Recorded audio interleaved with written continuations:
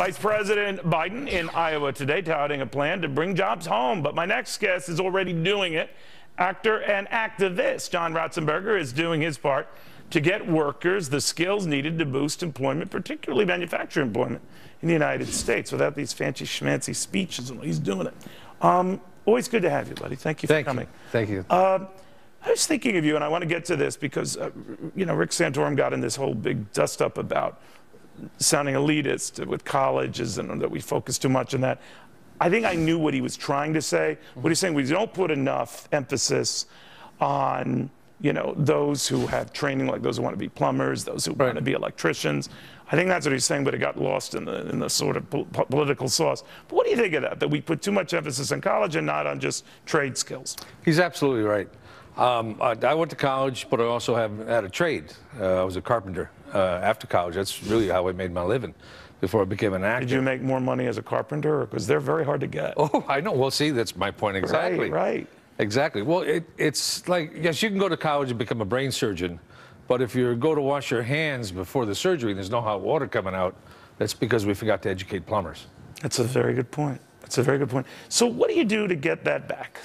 Because many argue, remember John McCain a few years ago, those jobs are not coming back. Oh, should they have to come back? They have. Sure they do. Then what do we do? Well, we train welders, we train carpenters, plumbers, machinists, CNC operators. That's what we do. We have a program called M.O.S.T. If you go to mostjobstraining.com, you'll read all about it. There's right now in the United States, there's over 600,000 jobs available in manufacturing. So when Vice President Biden talks about bringing jobs back from China, well, you could open up the building, but there's not going to be anybody in the building because the average age of those skilled workers, lathe operators, CNC machine operators, is about 57 years old now. So what we do is we go right to the employer and we say, what do you need? And they tell us exactly what they need. Then we pull up our 18-wheelers that are equipped as classrooms and workshops, and we vet the people coming in. We interview them. The employer interviews them. They come into our program 2 weeks in our classrooms, a month on the shop floor. They're guaranteed a job. So we've. But isn't the rap against, even when you do that and you get them trained and they're ready to go, and God bless you for that, the rap against keeping them and hiring them here is that they cost too much compared to the cheap labor in China and all that. Well, there was a piece of a roofing, and I think it was the Milwaukee Stadium that was made in China. And when it got here, the American welders had to redo every single weld in the roof of that stadium. I mean, the quality can't compare. I agree with you on that. The quality can't compare. But so what you know, the bottom line is you get all these companies. Look at Apple, a great company. Everyone loves Apple. Right. A lot of that stuff made abroad at much cheaper labor. Isn't that really what we're up against? Leave the quality issues out of it. You're quite right. But that's what bosses look at. Well, we're lacking the skills anyway, because we haven't had vocational training. We haven't had shop courses.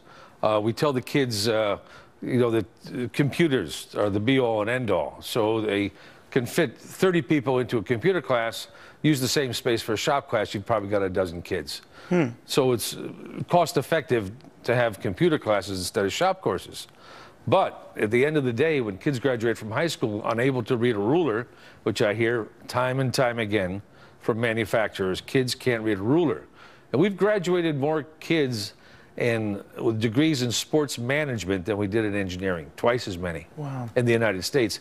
And half the people who graduate in engineering are from foreign countries and they go back to their countries.